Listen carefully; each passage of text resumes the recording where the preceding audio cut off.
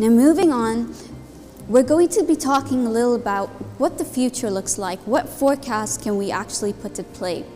And I'd like to welcome futurist Professor Paul Saffo of Stanford University and Corinne Iozio, Editor-in-Chief of Popular Science, to share their insights on the crucial role that future forecasting has to play in preparing for the coming phase during and post the pandemic era.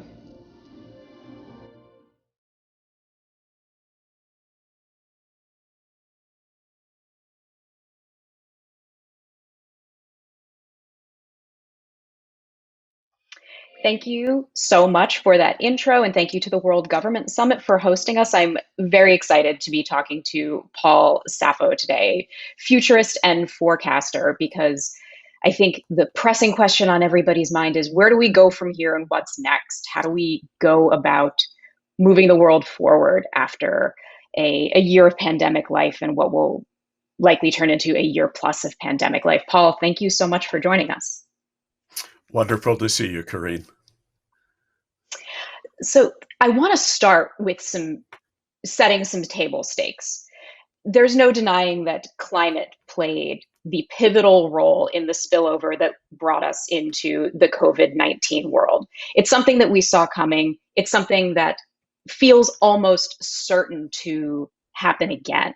So in order to think forward, in order to forecast, I think it's always so important to talk about what headspaces we need to be in now and what we learn from the mistakes of the past. So the big question is, how long ago did we start down this road? And is there any going back?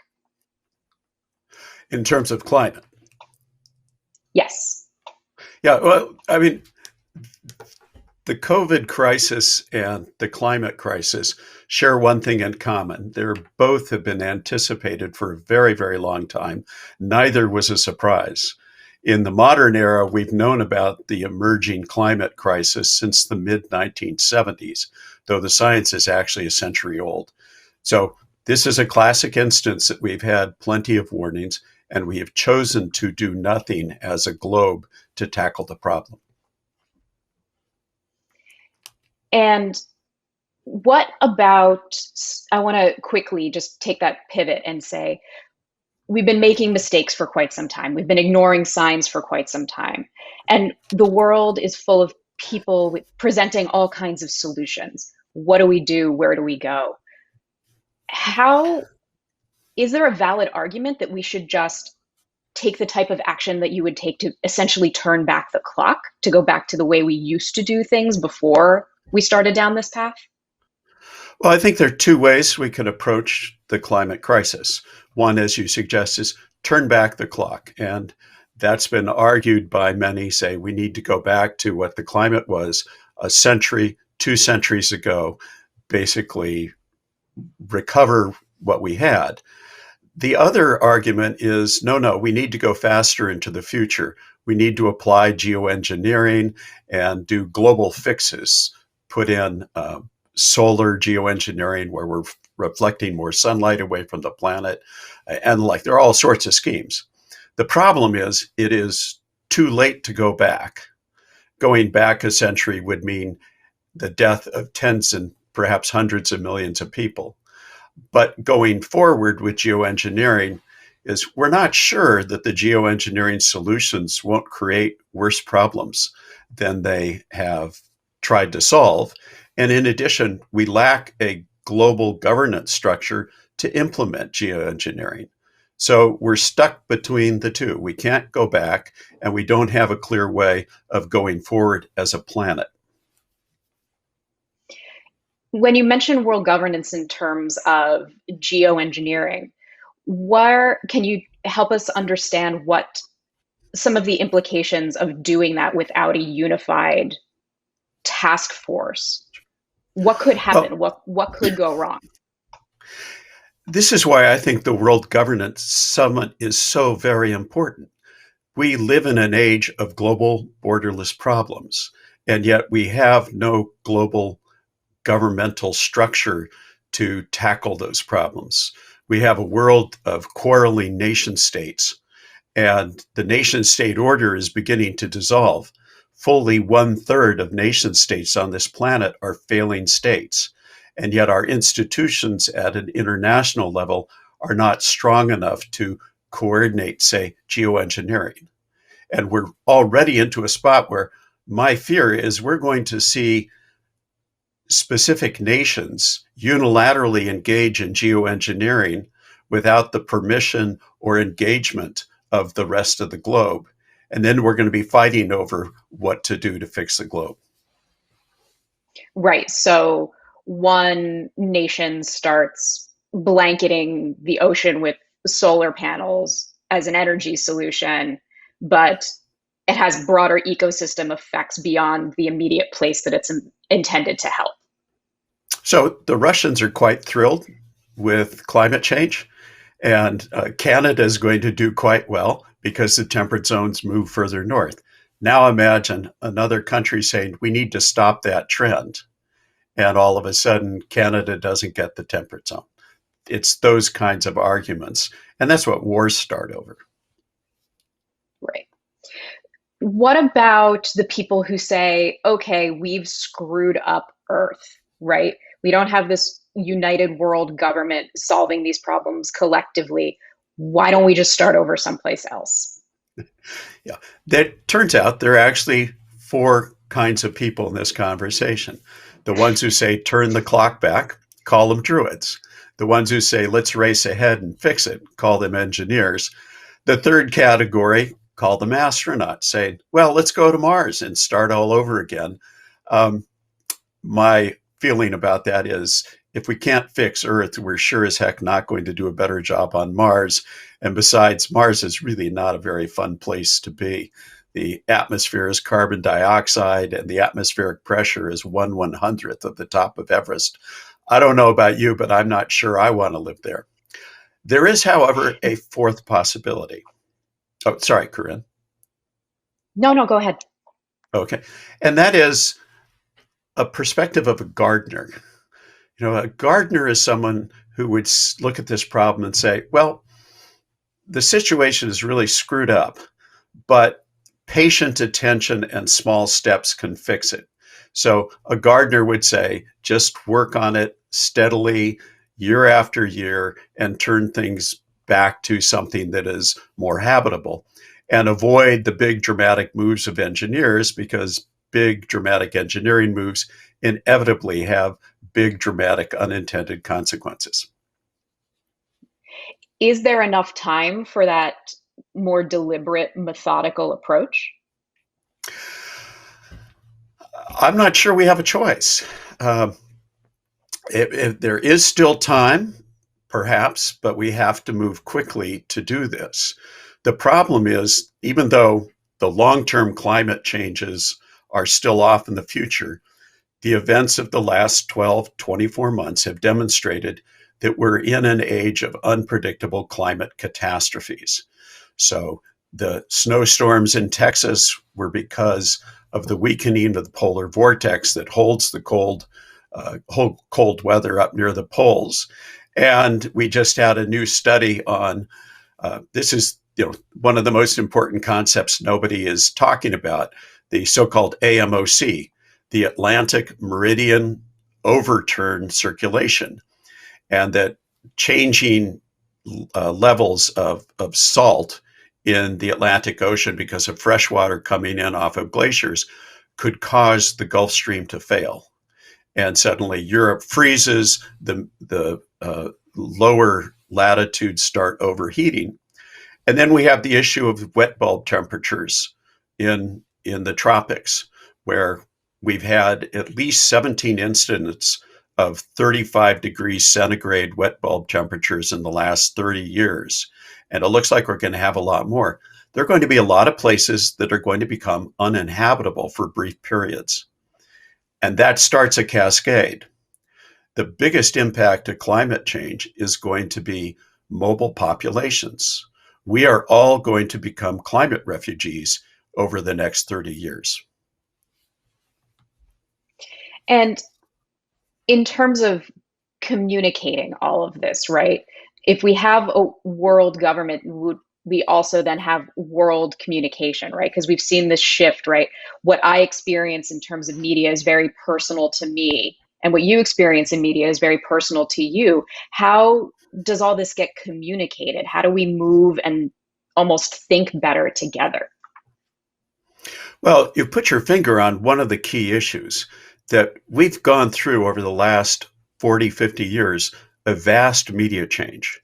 That media in the age of television was mass media, and it caused people to have the same experience and shared reality. So everybody was seeing the same thing and they shared the same ideas and beliefs. With the arrival of the World Wide Web and social media, we've shifted from an age of mass media to an age of personal media, where everybody is now developing their own separate reality. So the power of the web and the internet has been to let us all see up close what's going on in the rest of the world. But the downside is we no longer have that shared experience. And so we're more fragmented than ever. In the age of mass media, Marshall McLuhan said that TV and mass media recreated the world as a single global village. Well, what the internet and the web and social media have done is recreated the world as a collection of global villages. And we're all living in separate global villages and quarreling with each other. It's fascinating to think of the dichotomy of something that is named social media then has the net impact of eliminating any global society or even national society. Here within the United States, the country is so large, your experience is vastly different one place to the other because of something that is supposedly social. Indeed, and it's accelerating this pattern of failing nation states and not giving us a path towards what would be a new global structure. And that's a problem. We not only don't have a global governmental structure, we don't even have a theory of a global governmental structure. And so we desperately, desperately need some clear new theory of how to govern the planet. Because, boy, if we get that one wrong, then it will be an unimaginable hell. So we need something beyond the Paris Climate Agreement, which is still nation states making their own testaments of what they're going to do. We need more of a top-down. We'd have a much longer conversation about this. Yeah. But, it was once observed that international law is that thing which the evil ignore and the righteous refuse to enforce. And our institutions, international institutions, are weak precisely because nation states will not give up sovereign control over issues. So we have things like the United Nations Law of the Sea Conference that is decades and decades old, but it's never entered into full force because a couple of senators in Kansas, of all places, won't allow it to happen. So we've really got to figure out some entirely new structure, and it's not going to just be giving more authority to the UN or to NGOs. And the treaty process is too slow. Paris Agreement is fine, but boy, it doesn't go anywhere near far enough. Right. And it also sets countries up to think more like those engineers that you said that we would be at a danger of everybody acting independently and throwing off the balance of the whole system if everybody's setting their own goals and pushing ahead. Well, another way to think about it is it's in human nature. We find it very difficult to think long term. So Jonas Salk, the Nobel Prize winning scientist, once said the purpose of life is to learn how to become good ancestors. Well, at present, we're not even very good parents, much less good ancestors. And there's really a question. This may be the test. Globalization is a test for humanity. And so far as I can tell, we're failing the test because we seem to be constitutionally incapable of thinking long term and acting long term. So the final question, I think we've touched on it, but I just want to put the finest point on it at the end. people attending this virtual conference come out of this conversation with one action item, one thing that they're going to do on Monday morning, that they're going to try to put into motion, what is it? I'd focus on two things. One, I would say the key to building an effective global society is to focus on social cohesion, to find a way to reverse the factors that are weakening social cohesion and find a way to strengthen the realization, as was said long ago, we are all passengers on spaceship Earth. Our fates are intertwined. And if we can do that and build social cohesion from the bottom upwards, I think the other pieces will fall into place. And the second point? The second point is we need to really think about the fact that inequality is coming out of another weakness in our human personalities. We're all here today. Each single one of us is alive because we come from an unbroken line of ancestors who knew how to overcome scarcity, how to find scarce food, build habitation, and let their family live for the next generation. The impact of technology and innovation over the last century has taken us out of a world of scarcity into a world of abundance. And we're carrying our scarcity habits forward into a world of abundance. And that means the skills that kept our ancestors alive today are literally killing us. An example, as humans, we learned a long time ago to crave sweet stuff and honey and the like, and it worked very hard to collect it. Now, sugar is super abundant, but we can't cure our sweet tooth. And so that survival skill of centuries ago is now leading to type 2 diabetes. At a social, cultural, economic level, hoarding things when we don't need them is creating social inequality and shredding our sense of social cohesion. We need to come up with a new way of being in a world of abundance, or it will literally kill us. So the next time that there's a lockdown, don't go buy the 96 pack of toilet paper. Just, does it start with small changes like that? I'm convinced the lasting changes are only going to grow out of the myriad small changes. We then need inspirational leadership that helps aggregate those together. But your toilet paper example is a good one. Why did people buy toilet paper during the lockdown? It was an act, an attempt to feel like individuals had some control in the midst of an environment where everything was going crazy. So people have the right instinct of control. We now need to direct that in a more productive direction. Right. Only buy what you need when you need it. The small decision you can make every day. That would not be a bad step. Yes. Well, Paul, thank you so much for joining us. I think, not a rousing vision of the future as much as a call to action, but definitely the type of thinking that we all need to embrace to see where we misstepped and the right headspaces that we should be in to go forward. Thank you so much for spending some time with us. And I also want to thank the World Government Summit for hosting us. Thank you.